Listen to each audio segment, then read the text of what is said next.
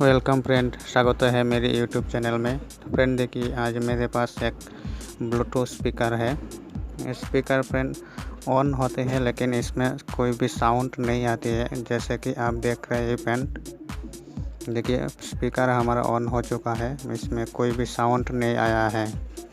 तो फ्रेंड इसमें क्या प्रॉब्लम हो सकती है, चलिए इसके एक बार ओपन करके देख लेते हैं कि हमारा कहाँ प्रॉब्लम है।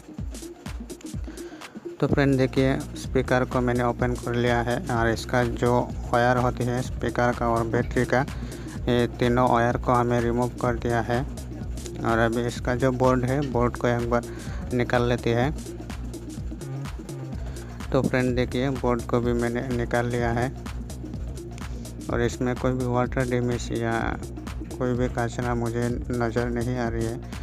तो फ्रेंड देखिए, ये हमारा ऑडियो आईसी है, इस आईसी से साउंड निकलते हैं।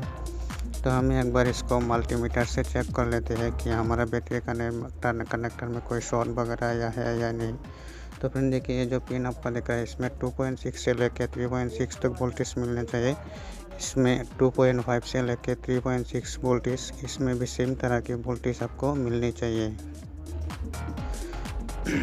और फ्रेंड अभी मल्टीमीटर से एक बार मल्टीमीटर को बाजार मोड में रेंज रखते हैं। आपको एक बार इसको रीडिंग करके देखते हैं कि हमारा बैटरी कनेक्टर में सप्लाई है कि नहीं। तो फ्रेंड देखिए, बैटरी कनेक्टर में हमारा बराबर से सप्लाई है और साउंड आईसी का जो दोनों पॉइंट है, इस पॉइंट से निकलते हुए स्पीकर को जाते हैं फ्रेंड। ये दोनों साइड का पॉइंट है, तो इसमें भी बराबर सा रीडिंग आ रही है फ्रेंड। देखिए आईसी हमारा बिल्कुल सही है फ्रेंड।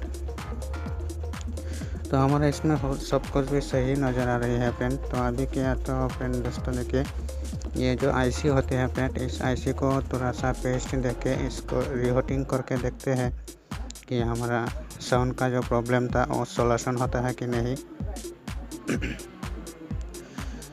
तो फ्रेंड आपको सिर्फ एक जगह पर हीट नहीं देना है, आपको हिला हिला कर आईसी का चारों तरफ से आपको हीट देनी है।